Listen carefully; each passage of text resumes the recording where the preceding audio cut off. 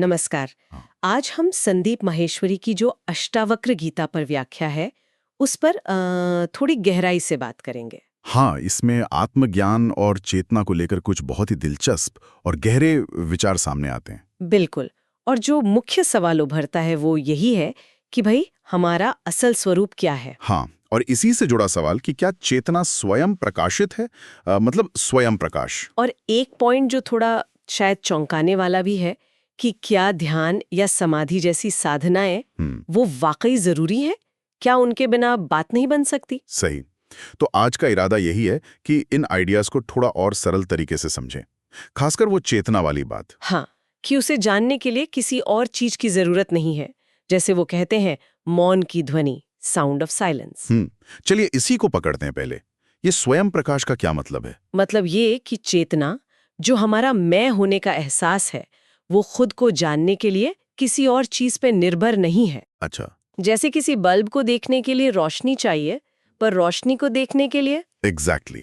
उसे किसी और रोशनी की जरूरत नहीं। दुनिया की हर चीज को जानने के लिए तो चेतना चाहिए। हाँ, ये तो है। लेकिन चेतना का होना वो तो अपने आप में ही सिद्ध है, स्वतः सिद्ध। और इसी में शरीर का रोल भी बताया है ना, कि वो बस एक आईने की तरह है। हाँ, एक मिरर या उपकरण जो दुनिया दिखाता तो है पर चेतना पैदा नहीं करता। शरीर को तो जड़ मतलब इनर्ट माना गया है। उसे चेतना ही प्रकाशित कर रही है, ऐसा। बिल्कुल। और इसी से जुड़ा है वो दूसरा कॉन्सेप्ट, मल रहित स्वरूप, निरंजन। निरंजन। यानी जिस पर कोई मैल न लगे, कोई दाग नहीं। हाँ। ये हमारे शरीर से बिल्कुल अलग है।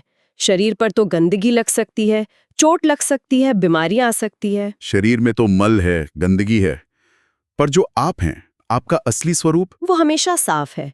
उसे गंदा करने का कोई तरीका ही नहीं, अछूता। हमारा जो असली स्वरूप है वो स्वतः सिद्ध है। मतलब वो पहले से ही है, उसे कहीं पहुंच कर पाना नहीं है। हाँ, वो कोई साध्य नहीं है, कोई मंजिल नहीं जिसे साधना करके हासिल करना है। वो तो है ही। तो फिर हम गलती क्या करते हैं?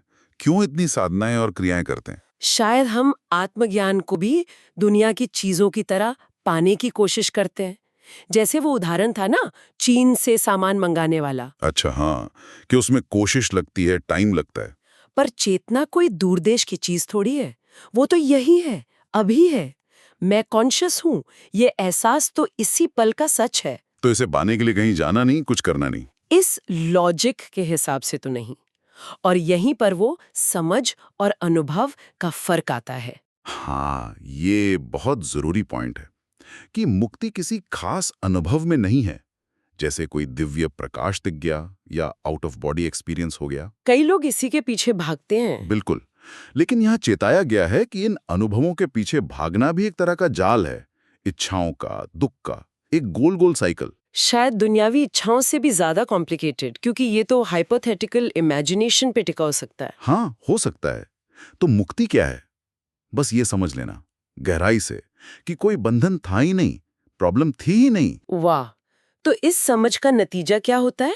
उसे सत चित आनंद से कैसे जोड़ा गया है? हाँ, तो जो इस सच्चाई को समझ लेता है, उसकी स्थिति है सत चित आनंद। सत मतलब जो हमेशा है, टाइम और स्पेस से परे। एग्जैक्टली, शाश्वत। और चित मतलब चेतना, वो मैं का शुद्ध एहसास। और आनंद, ये परम सुख वाला आनंद। यहाँ आनंद का मतलब गहरी शांति से। पीस इज ब्लिस, कोई उत्तेजना या एक्साइटमेंट नहीं। जब ये समझ आता है कि मैं ही सत हूँ, मैं अनंत हूँ, तो एक शांति मिलती है। वो आनंद है। हाँ, वो जो अंदर का संघर्ष है ना, वो खत्म हो जाता है। द एंड ऑफ स्ट्रगल, वही परमानंद है, एक ठहराव। तो कुल मिलाकर बात ये निकल रही है कि आत्मज्ञान कोई चीज करने या पाने से नहीं मिलता, बल्कि ये जानने से, ये समझने से कि हमारा जो असली स्वरूप है वो तो पहले से पूरा है, सिद्ध है और यही मौजूद है अभी। बिल्कुल साफ। और यहीं से एक सवाल भी उठता है सोचने के लिए। अगर हमारा स्वरूप सच में स्वतः सिद्ध है, उसे जानने के लिए किसी क्रिया की, एफर्ट की जरूरत नहीं, तो फिर हम सब में, चाहे हम आध्यात्मिक रास्ते पर हों या ना हों, ये लगातार कुछ करते रहने की इतनी गहरी कंडीशनिंग क्यों है? अच्छा पॉइंट है। ये हमारी प्रोग्रामिंग के बारे में क्या बताता है? इस पर सोचा जा सकता है।